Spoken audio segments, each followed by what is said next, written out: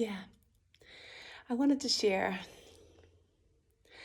Life takes on such a different angle, such a different perspective.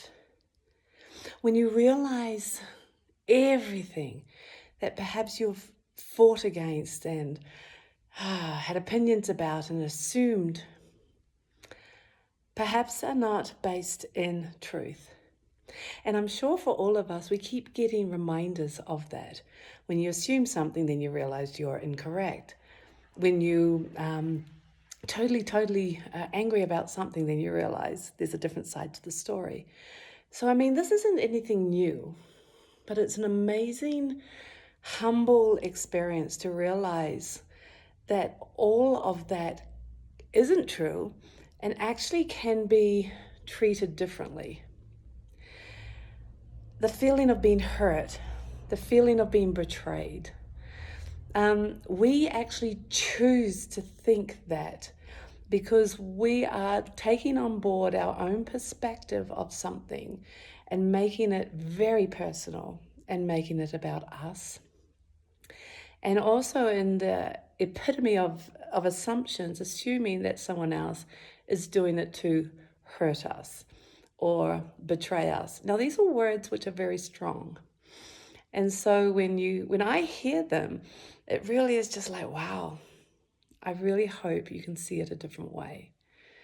Because everyone deserves peace, and yet the person who's talking about and using the word choice of betrayal, they probably believe that until they realize that they perhaps are wrong.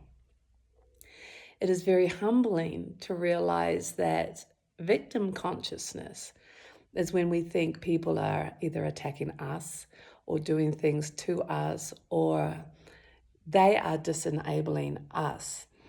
Whereas life happens, and then we have a perception. We think and we believe we know. And it's time and time again, we might be proven to be incorrect. And now what I love about this, what I love about what I'm talking about, is if you have this experience, if you feel what I'm talking about, you have the choice now, the chance to turn it around and the choice to see it differently, the choice to let go of such a, I don't know, deep and painful pattern and realize that perhaps you're wrong. The mind, our patterns, our thinking, will look for justification and try and find it and then conclude again, we've been betrayed and we've been hurt. So again, we don't trust and we don't like la la la la.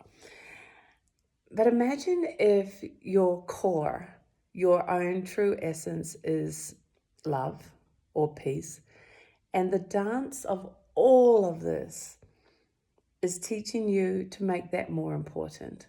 And by making that more important, you start to realize you can have a divine and beautiful relationship with yourself.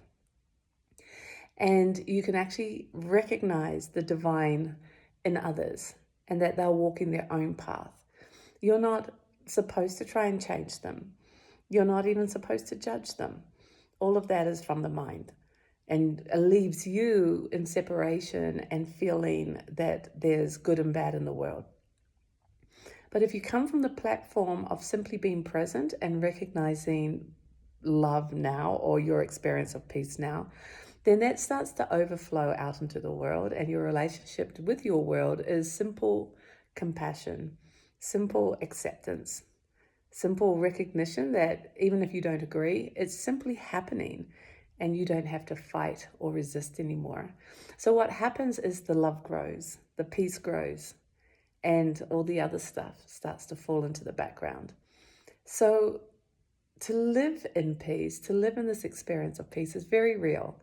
It's just seeing the patterns for what they are and allowing them to fade and just completely disappear. And I am such a cheerleader of this because I think it's so exciting.